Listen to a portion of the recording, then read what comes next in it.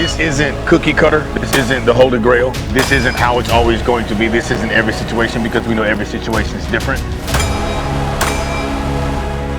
I do believe that everybody in a security firm or in a security sector should have this type of training.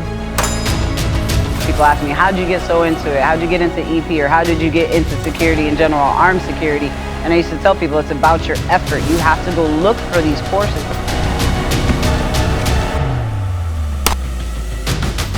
You want to be a part of this group. It makes you better, every facet of life. It'll make you want to be a better person when you leave here, do better in everything, and it's humbling as fuck.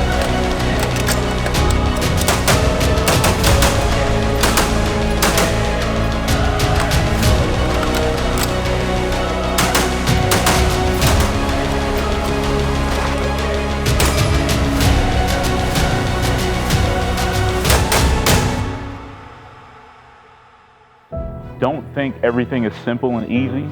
It might look easy from the outside looking in until you're in that situation and you get the reality of it, and then you have to deal with it. So come into everything with an open mind and be prepared for the unexpected. Because that gauntlet I ran earlier, I'm not gonna lie, I looked at some videos, I'm like, all right, it's challenging, but it's not that bad, until you're in the middle of it and you're looking like, damn, I really didn't expect this. What am I gonna do? I gotta fight through it. I don't wanna look soft out there. I gotta keep going. That can apply to any situation that happens, whether you're dealing with people or whatever. You need to be able to adjust on the fly and work through it and just push through. You can't quit in the middle. Training is constantly and continually evolving, just like the dynamics of the job. What you do on Monday will be different on Tuesday because the factors change. So if you're not physically, mentally, and psychologically sound and fit, you're going to fail. This, my brothers and sisters, represents our client, our dictionary, our principal. Once you start the course, he does not leave your side. She does not leave your side. My workshop is one that deals with not only physical fitness, firearms training, scenario-based training, reality-based training. I put my students in scenarios and situations that I personally have been in.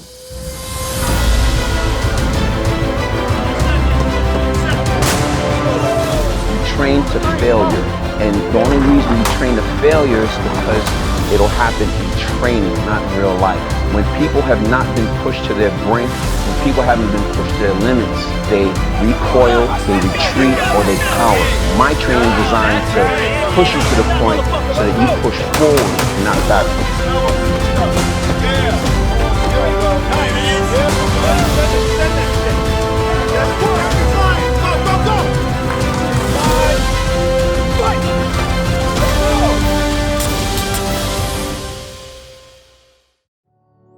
I designed the Shadow Group course to almost replicate the life experiences that I've had, whether it be as a youth growing up, having been through dozens of street fights, or as a law enforcement officer, having experienced documented life and death encounters and situations, or my experience as an executive protection agent today, where again, I've had life and death experiences.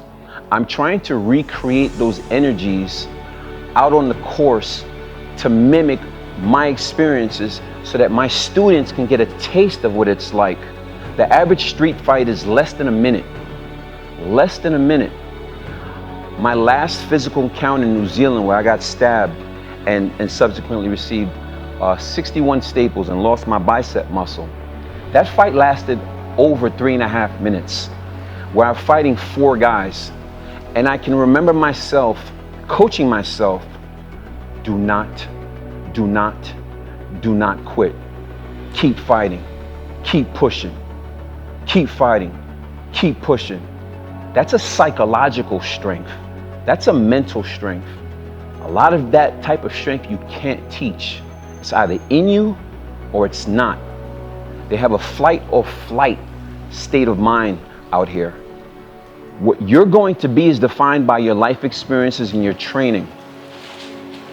So I push my students not to fight for 1 minute, not to fight for 2 minutes, but to fight for 5 minutes. My course is a 5-minute course, and it's designed to push you to your brink of demise so that you can come to the realization that you are a warrior, that you can survive, and that you will survive. That's what the course is designed. Because if you train like you're going to die out in the world, you're going to fight to win and survive.